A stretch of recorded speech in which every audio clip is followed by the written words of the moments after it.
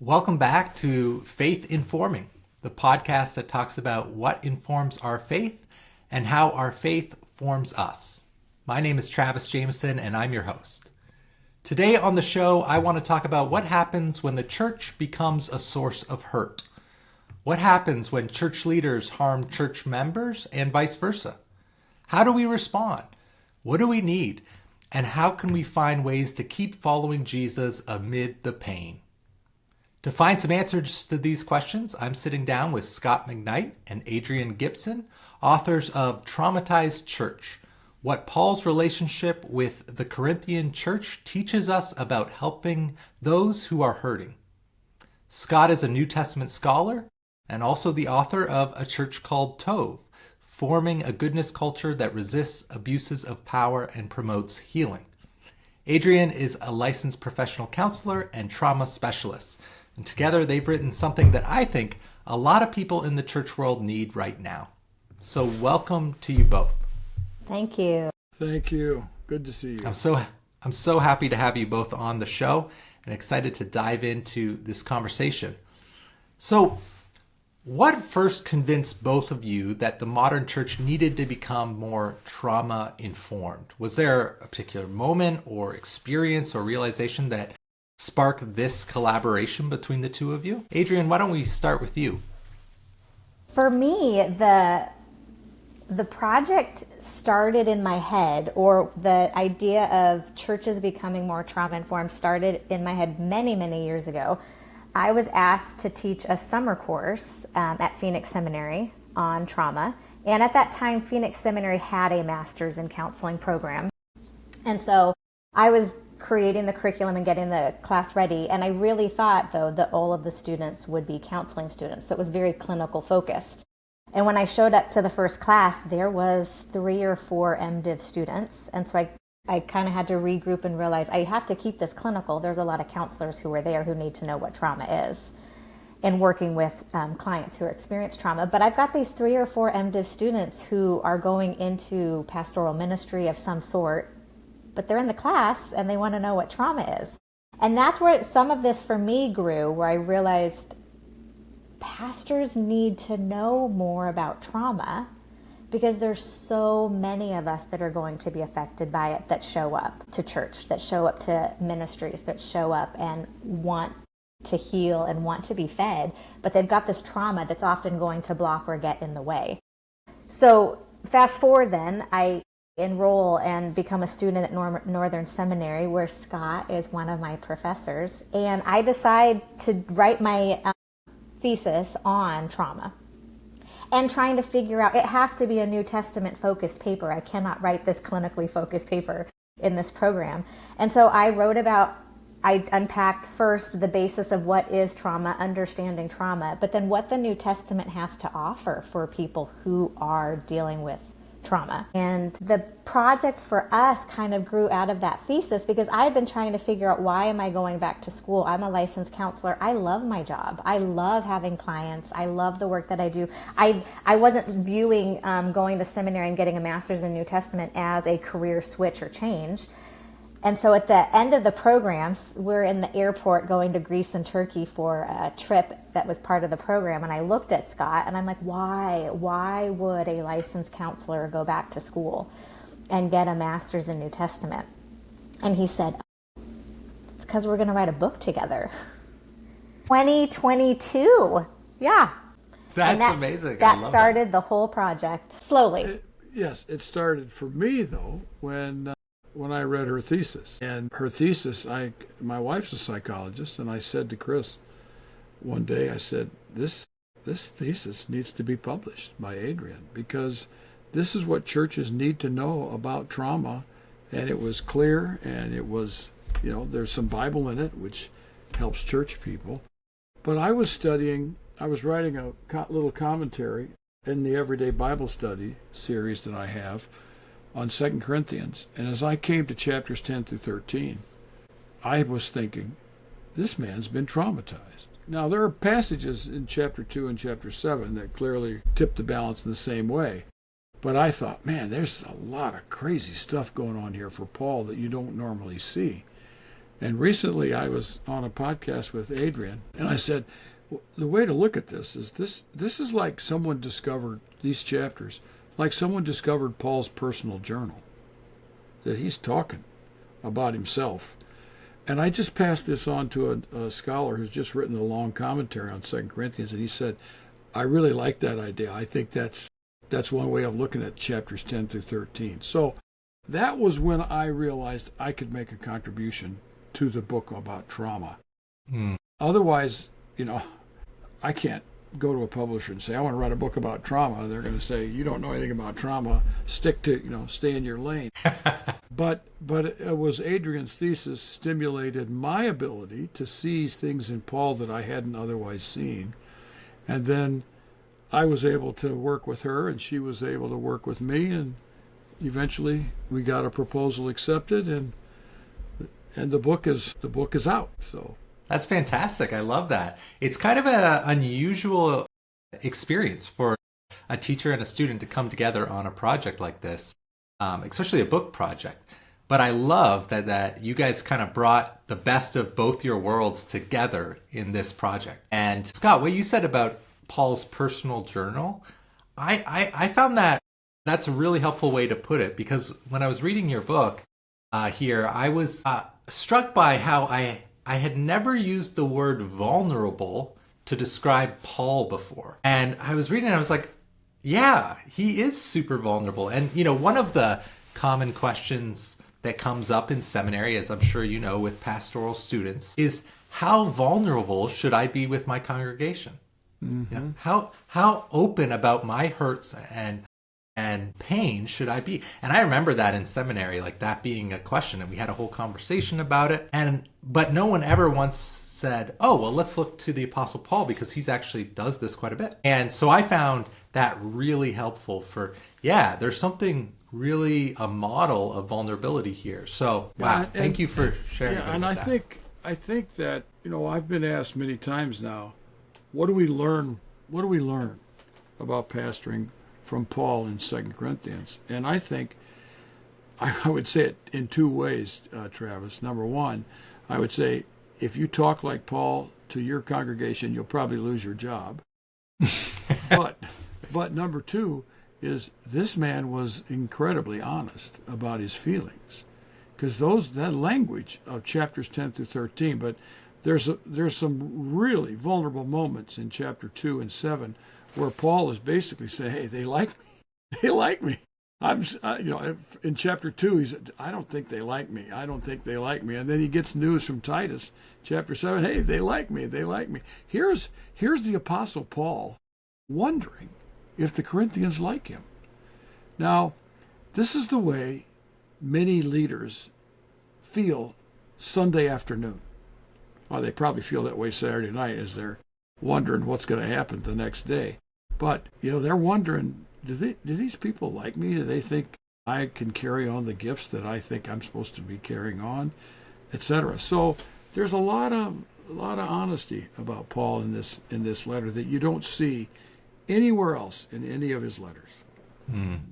Well, before we dive too much deeper into Paul, why don't we pause and talk a bit about the word trauma and trauma-informed. For our listeners, I'm assuming many of our listeners know what the word trauma means in their own version, but I want to hear from you guys.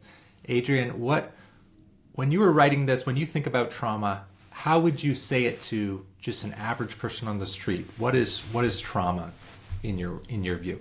Yeah, it is a great question, because I think we all have a preconceived notion of what it is, but to bring us all on the same page about how it's going to be discussed or looked at in this book. Trauma is an event or an experience that overwhelms your capacity to cope. So what's interesting is our bodies get to define what is traumatic to each of us, because all of our bodies are going to respond differently to different perceptions.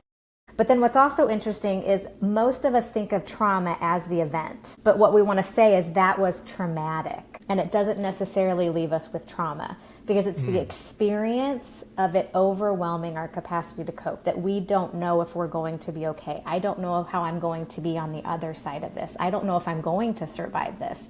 And that experience And what we feel inside of our bodies is what becomes embedded inside of our nervous system that leaves us with trauma. So what do you mean by that? Like it's overwhelming your ability to cope. What does that look like? That's what the nervous system is feeling when it goes into survival mode. If it overwhelms our capacity to cope, it means that our nervous system is going to shift gears and we're going to go into fight, flight, freeze, or fawn. Our body goes, I need to do something in order to survive this. So those mechanisms, that shift in our nervous system is supposed to happen because we were created to survive. We were created giving an attempt to try to survive. And that is our nervous system kicking in and saying, these are the things then that we're going to do in order to try to survive this. So then when your nervous system gets that worked up or that shut down, depending on which one your body goes into, that's what then leaves the calling card of the memory of it, because your body, the composition of your nervous system, actually things change within you to go into that state in order to survive. So that's when I'm saying it overwhelms your capacity to cope. You don't know if you're going to survive this event or experience. And in the book, you call it hyperarousal and hypoarousal, right? And so what happens in each of those? Hyperarousal is like an uptick in energy. So this would be, if it's not traumatic, but you have an increase in energy, a lot of people would say like the end of this spectrum is like a panic attack. You've got so much built up energy inside of you that you don't know what to do with this. And this is fight or flight, because what it is it's kicking your system into overdrive to be able to do something about it. So that's like the increase in our blood pumps faster, our lungs don't actually intake as much air, it gets shallower. We've got adrenaline pumping through our system because your body goes, so that's hyperarousal. I'm going to do something to kick into gear to survive this. But there's the other side, which is hypoarousal. Your body decides the best thing to do to survive it is to shut down and try to make itself as small as possible. It's kind of like those animals that fake that they died. They roll over. That's just the ultimate form of freezing. But our bodies can also do that where it goes, I don't know how to survive this. I'm just going to not exist in this place. I'm going to try to not be here. And so that's freeze or fawn.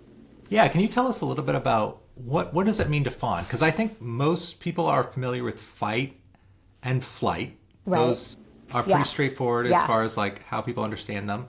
And then the freeze, people are fairly familiar. But the fawn, I think, might be new for people. So what's it mean to fawn? Fawn is the fourth term where you want to make yourself appeasable to the abuser, to get them to like you, so that the abuse often changes or takes a different course. Fawning, though, it's a very hard state to be in, because then you're also trying to predict the behaviors of someone that you have no control over, and you're trying to stay one step ahead a little bit, but you're trying to make yourself agreeable so that the person likes you. Yeah. And I think that's so relatable, because I think and tell me if you agree or disagree, but it seems like there's different levels of how people live into these fight, flight, freeze, or fawn. Yeah. Like, because at some level, fawn could be happening in a relationship that's maybe with your boss, and you're just trying to make the best of a hard situation. It's difficult, but then maybe it's different if it's like an abusive spouse, and that's a different level of fawning, perhaps. Yes. No, you're not wrong. Yeah. Yeah. Well, that's really interesting. It really helps kind of show why trauma is such an individual experience. Because I think we all know when we relate to others that we all have different capacities for how we react to different scenarios, because we can be in the same situation and we all have different responses to it. And that kind of just shows this really individual aspect of it. Scott, you have something? One of the things I've learned from Adrienne is that these things are embodied. It's not like you sit there and you go, I think this is not safe. Okay, I'm going to now be hyperarousal. And I'm going to fight, or I might run away. Before, probably, in most cases, except for psychologists or people who are intensely self-aware, most people feel the situation well before they can articulate the situation for themselves. So I use this story of my wife, Chris. We, about 8 or 9 years ago, we bought a car, and she took it. She was going to the store or something, and a car came out from a muffler shop and slammed right into her. So I mean, this is the first time she drove the car. Wow. And so it is really a noticeable feature that now I'm aware of when we're driving. When a car starts coming at us or pulling up to the corner onto the right, I know Chris is going to feel a little bit of anxiety. Her body remembers that experience. It's not calculated, and it's not rational in that sense. It's, in a sense, it's an irrational response of the body to perceived possible danger. And many people in churches are the same way. They hear a pastor mention, I'll just use a name, and I hope I don't get you in trouble. They mention John MacArthur, or they mention Mark Driscoll, because, okay. And they mention a name like this, and some people have had bad experiences with people like this. Or they mention a politician, and they've had bad experience with that. And all of a sudden, this person is in a fight mode, or they want to get up and leave because they're experiencing, their body is telling them, this is not safe for me, theologically, spiritually, but just for whatever came up. And I learned this teaching a course, and it was Adrienne's class. There were more women in the class than there were men. And even if it was 50-50, it would have been more women than men, because these women became close friends, and they learned to communicate with one another, and they became honest with the rest of the class, in the class. And I've learned from students like this that certain topics can be dangerous for women who hear that same message differently than what, let's say, I would teach or something. So if I mention cruciformity, which is a very popular idea from Michael Gorman, a New Testament scholar, that we're supposed to, let's say, die to ourselves in order to experience crucifixion with co-crucifixion with Christ. A woman who's been abused by a man hears that differently than what Michael Gorman means. All right? And so there becomes an awareness, a trauma sensitivity, and a trauma-informed way of talking about these topics that cover our bases so that people will not be unnecessarily re-traumatized by the topic or the discussion. So this has been a big phase for me in learning from Adrienne about the embodied nature of trauma. Our bodies feel this stuff. That example of using like a theological term and it actually bringing up, triggering some kind of trauma in someone, it reminds me a bit of the old conversation about whether we should refer to God as Father, because Father can sometimes do that. It sounds like do that same thing for people. Yep. So, and I think that's a really important thing to be aware of. And I think, yeah, like you said, women are a really great example if they came from like an abusive relationship. I also think of children who grew up in abusive homes. Mm-hmm. And they've grown up, they're now, maybe they grew up, they're adults now in the church, and they're being triggered by different words that are being used. What would you say, and either of you can answer this, what would you say to someone who's experiencing that in church? What are some ways for that individual to take care of themselves? Because obviously we can encourage the person speaking up front in church or pastors and stuff to be careful in their language, but things are going to be said that you just can't plan for. So how do individuals take care of themselves in those moments when they're feeling those feelings come up? I think what's hard is when we're talking about trauma-informed care, but we're talking about like being the recipient of something, it brings up then the question then becomes, are they aware of it or not? Because I think when I think of trauma-informed care, though, it honestly has to start the other way. It actually has to start with the person who has the power. So like that example is a great example. Like it is becoming more aware and apparent for people. Like when you use the word father, it's going to potentially cause some issues. So trauma-informed care wouldn't say like, we just need to not call God father. Because then you go, it's in the Bible. Like, do we just start taking that word? No. Trauma-informed care would go, we're still going to use it and have that be part of our message. There's now an understanding that it's going to be hard for some people to hear that.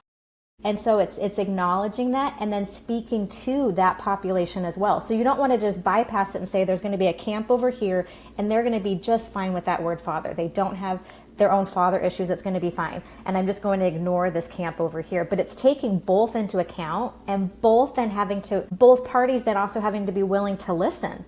You know, the parties of like, that word bothers me, but I can see from the perspective that there's a lot of people where that's not going to be an issue. And then the people who can hear it and there's no issue, they get to look at this camp and go, I do understand. Like with the pastor up front raising awareness that this is going to be a hard word for some population, it helps then raise awareness for me that maybe I was really unaware of it to go, oh, you were right. I've never taken that into account. That's actually going to be a really hard thing for some people based on their past. Because that's what trauma and trauma-informed care, the one thing too that has to get brought up is it's because we're all bringing our own past stories into everything that's happening. You know, and it's not someone's job to know everything about my past to be aware of it, but you grow an awareness of knowing that everyone brings their own painful past forward. And there's kind of an understanding of it. I remember the first time I heard this whole thing about father and sons. You know, Paul uses the word sons. And someone said we should translate that children and we should be careful about using the word father. And I remember thinking, come on, this is what the word says. We can correct things along the line. But it was only over time that I realized we can use the word father and we can probably translate huioi, the Greek word for sons. We can translate that with children. That's completely legitimate. But there's a way of talking about fatherhood that corrects, let's say, and in a sense denounces bad fatherhood, and teaches that God's fatherhood is gracious and kind and good, and it's the one that we should look to for what father means rather than to any human father. So, these are what Adrienne said. I think that's the way to do it, is that both audiences have to be brought into the conversation for it to be trauma-informed and sensitive. Yeah, it's a mutuality, it sounds like. Yeah. But there's certain characteristics that both need. It's like, and I think you mentioned this in your book, there's a sense of open-mindedness and willingness to hear one another. Because I remember when like in the theological world, the father issue, and it's like all these theologians and pastors arguing about that. And in light of this conversation, it's like, they were kind of missing the point, right? It was like missing the point of what was really going on. And taking time to listen to one another is so vital. But that's going to require a kind of a willingness on the person, as you said, Adrienne, in power, to not feel threatened by the other individual. Because it's like, there's a sense of like, oh, if I open up this conversation, maybe they're going to be against me, or all of a sudden the vulnerabilities, and maybe it's triggering the trauma of the person in power all of a sudden. And then there's a whole self-awareness. Is that, yeah. Am I tracking right? Yeah. No, that's a really good point, because part of trauma-informed care, though, is to also acknowledge and take care of the wounds that we're showing up with. Because if I am the person in authority that has power and someone keeps poking something that I realize is bothering me, that's mine. That's like the ownership, then the responsibility then is on me to go, what is that about? And I have to separate it then from the person who's poking on it at that moment to go, that's something that I'm bringing with me. I have to acknowledge and work on that and heal from that. Well, that's kind of a perfect segue into talking about the Apostle Paul. And he was in a power position. He planted these churches. He was the apostle of Jesus Christ. I mean, I don't think there's a higher title than that in the church. So, Scot, let's dig a little deeper into who is the Apostle Paul? All our listeners would know who the Apostle Paul is in general, but like, what specifically about him are you talking about when you talk about, Paul the Apostle who's been traumatized? Yeah. Well, Paul planted churches. Okay, we know this. And, we don't even know all the places that he visited. We just know the ones that the book of Acts and Paul bring up. So one of the churches that he planted is in Corinth, which is a beautiful city on the other side of the isthmus from Athens. And it's on a big lake, and there's a fake road between the two places that they rolled boats down to get to the other side and get out in the Aegean. And Paul plants this church, and evidently he runs into problems from the letters. We read this in 1 Corinthians and 2 Corinthians that Paul's relationship with the Corinthians is fractured. In fact, there's some what we would call today, because we like Paul, interlopers. There's some people who've come into the church in Corinth who are calling into question the leadership of Paul, the giftedness of Paul, and they're attracting people to their side. There's sort of a party spirit going on, a sectarian spirit that Paul brings up in one of his letters, that some people say they're of Cephas or Peter, and some say they're of Paul, and some say they're of Apollos, and some say they're of Christ. They're the super spiritual people. So there's some tribalism going on. Well, Paul's response to these sometimes is he just blasts away at them and calls them names in pretty strong language. But by the time we read through 2 Corinthians, we gain a completely different understanding of Paul.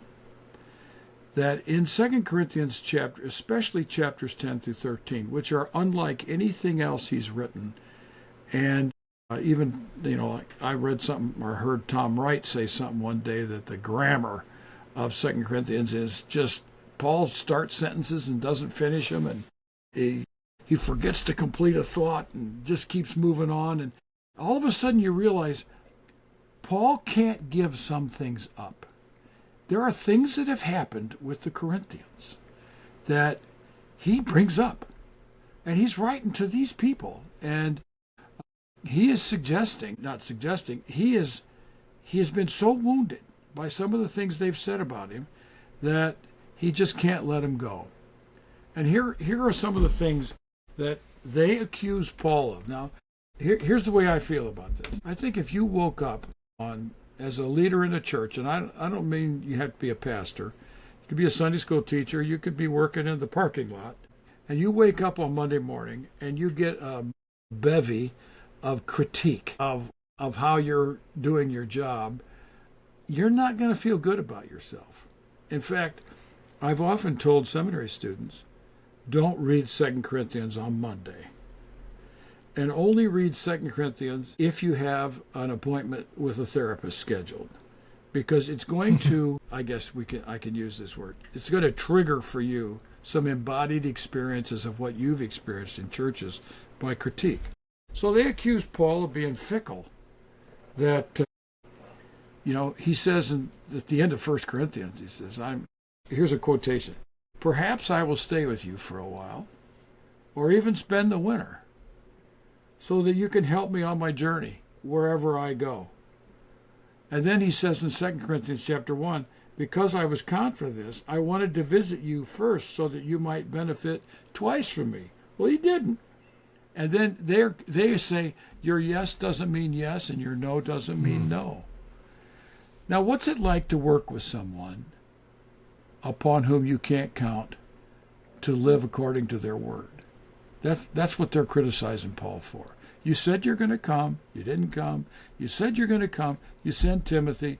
You said you're going to come, you send Titus. Are you going to come or not? Are you going to stay? What are you going to do? And I think that's a legitimate criticism, and Paul doesn't seem to forget it. And then they call him, I call it Mr. Timid and Mr. Bold. He says, "I, Paul," he says in 2 Corinthians chapter 10, "who am timid when face to face with you, but bold toward you when I'm away." That is, when I'm in Ephesus writing letters, I write stinging letters. But when I'm with you, I'm just a really nice pastoral kind of guy. So they look at him as kind of two-faced. He not only was fickle, he was a bit two-faced. And then this is to me was the biggest discovery for me, and I probably wouldn't have explored this area had I not been working on this with Adrienne, is Paul's appearance. Okay. Paul makes a statement, you are judging by appearances. Now, that might be a very innocent kind of comment. But when you realize that we have learned some things about the Apostle Paul in the last few years in ways that really drilled down into his body, we realized that Paul had some things going against him. So I'm going to give you a few of these. First of all, his name Pavlos in modern Greek, means small or little. All right? So it may have been his nickname that, he's tiny.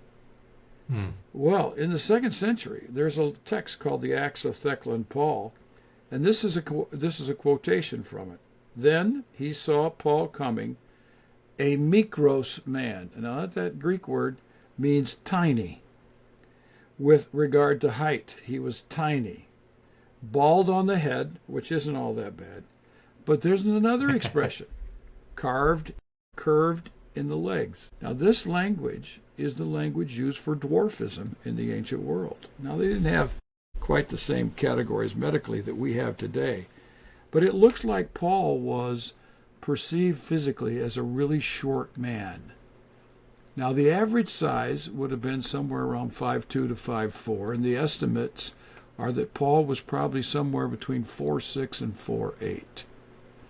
Now this doesn't matter if you're a gymnast, but it really matters if the Romans of Corinth, and they like to think of themselves as Romans, valued a man on the basis of his physical stature, that he was tall. Now we know that tall men do better as leaders in our society than short men.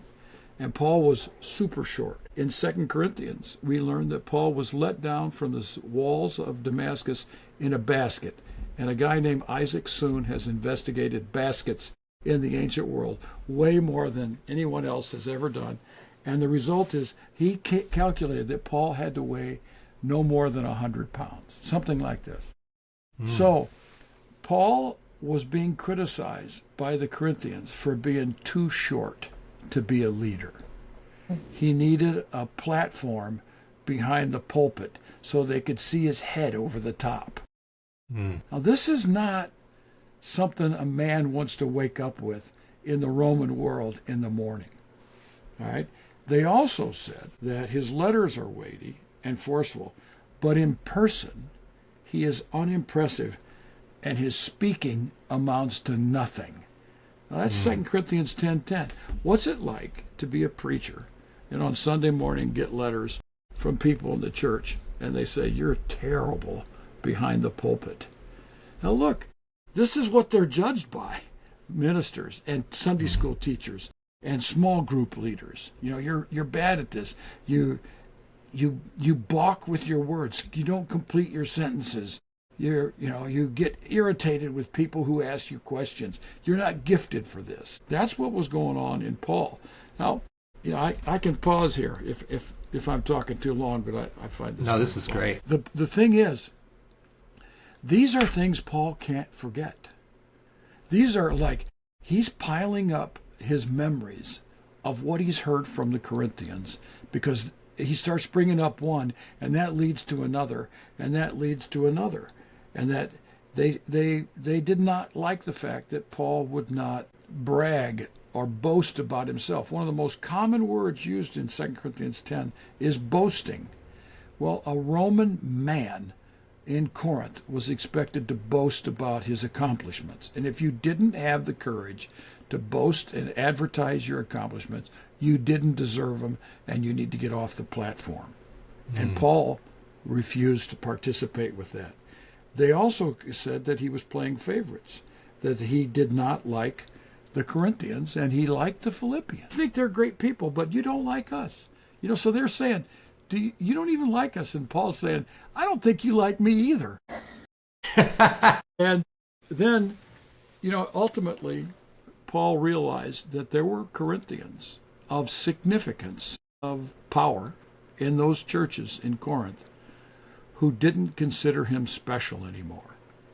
Now, if you're a church planter and you've loved these people into the existence of a church and you've given your life for months to build a church, and then you realize that they like someone other than you to be their pastor, you're not going to wake up and feel good about yourself. So, all right, so Travis, this to me is the way Paul talks about himself, and that's why I like to think of this as a discovery of Paul's personal journal, that he was journaling and his psychologist wanted him to bring in his journal and they were going to discuss it every week as he learned to heal from the trauma that he had experienced from the Corinthians. And that's exactly what happened to me.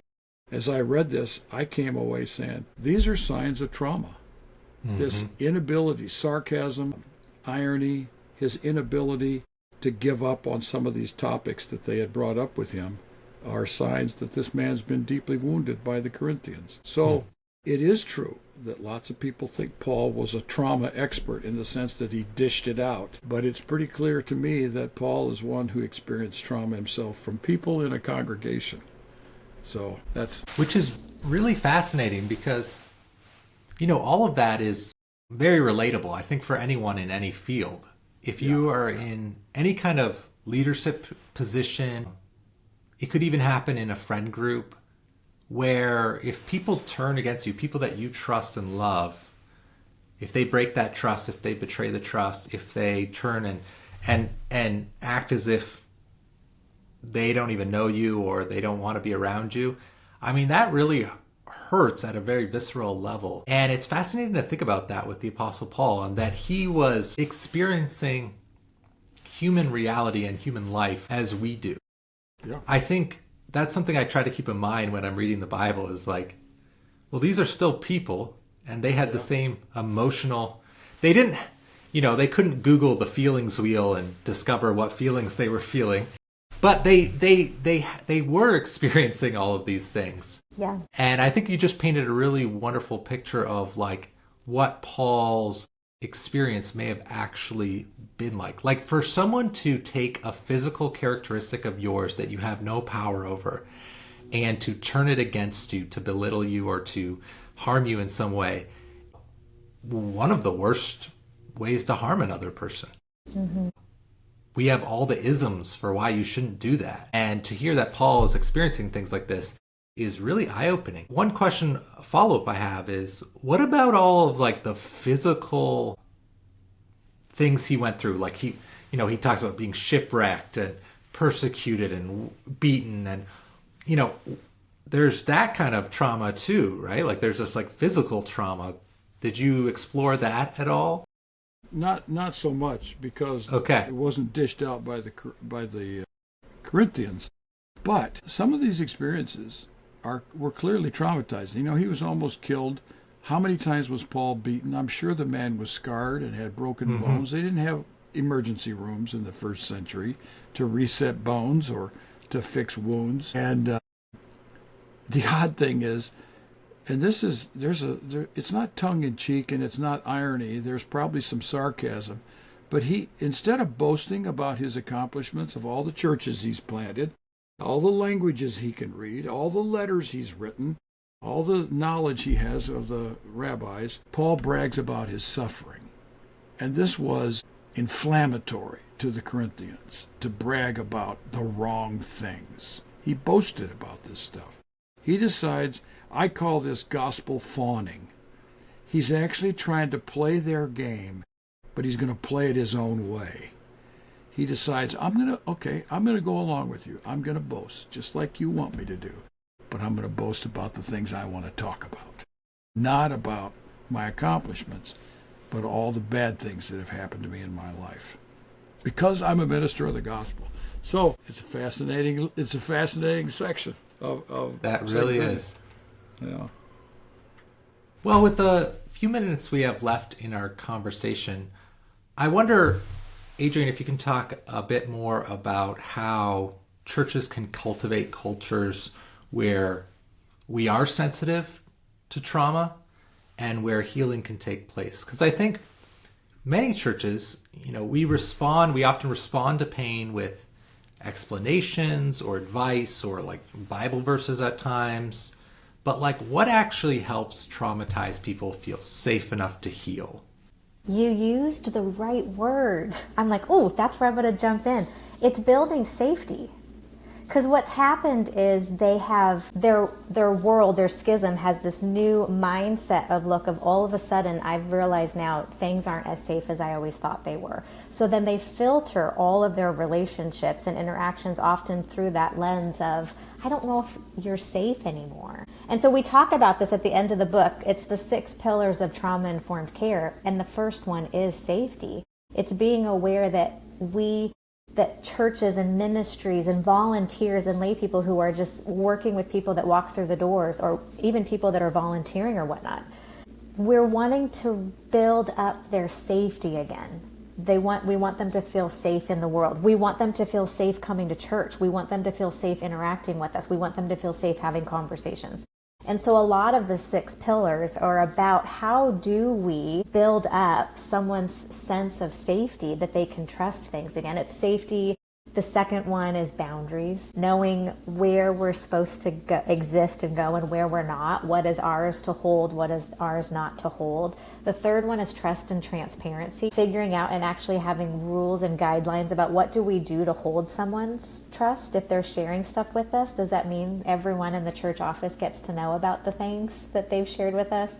That's a big one. The other one is mutuality, getting to walk alongside someone who has been through something very similar. I mean, when you think about a church body, you're showing up and you're often not the only one who has experienced what you've experienced, but we silo, we keep to ourselves, and we don't get to often have that experience. Empowerment is giving voice and agency back to the person. Again, all of this falls under safety. If I can start to speak who I am and speak what I need and become known, that builds a sense of safety. And the final one is cultural awareness or humility. Humility is kind of the icing on the cake, the way it all ends, because it kind of comes back to being trauma-informed means we're not always going to know what is the next best thing, what is the next right thing. We have to be willing to hear how we are coming across, what we are saying. Is it offending? Is it hurting somebody? Are we not aware of it? Like the conversation at the very beginning of using the word father. That conversation had to take place. Someone had to bring it up. And humility is then just being aware of I do need to know a little bit more about this. I'm willing to change. I'm willing to do something different if it means that someone else feels safe in my presence. Yeah, that's really helpful.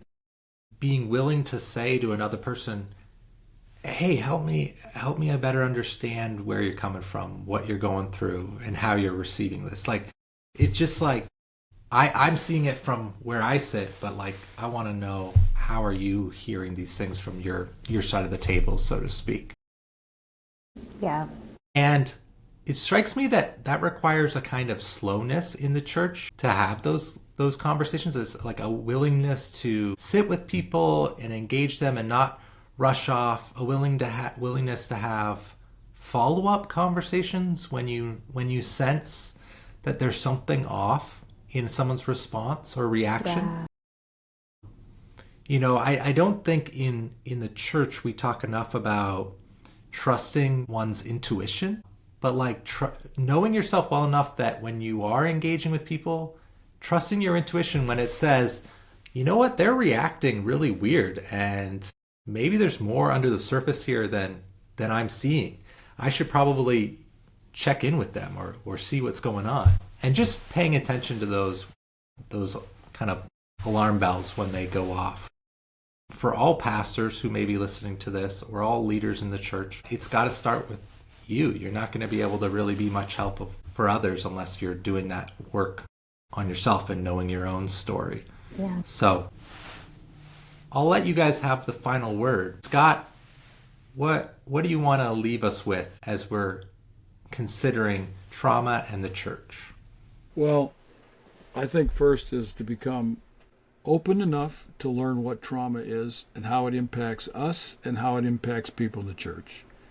And then, of course, for me, I'd like people to give Paul a chance as someone who was vulnerable and so brutally honest about his own pain and trauma for how he was treated by other people, that might shed some light on the Apostle Paul. What about you, Adrienne? I think I'm going to use some words that most people don't like to hear. I hope that people approach this with a level of vulnerability. I think they need to go into this knowing you're going to want to guard up, but there's a vulnerability about the process of unfolding these layers and looking at it. So vulnerability and honesty. And there's a lot of listening in these conversations that need to take place. A lot of listening. Well, that's great. A wonderful way to close our conversation. Scot, Adrienne, thanks for being on the show today. Thank you Thank for you. inviting us. Yes.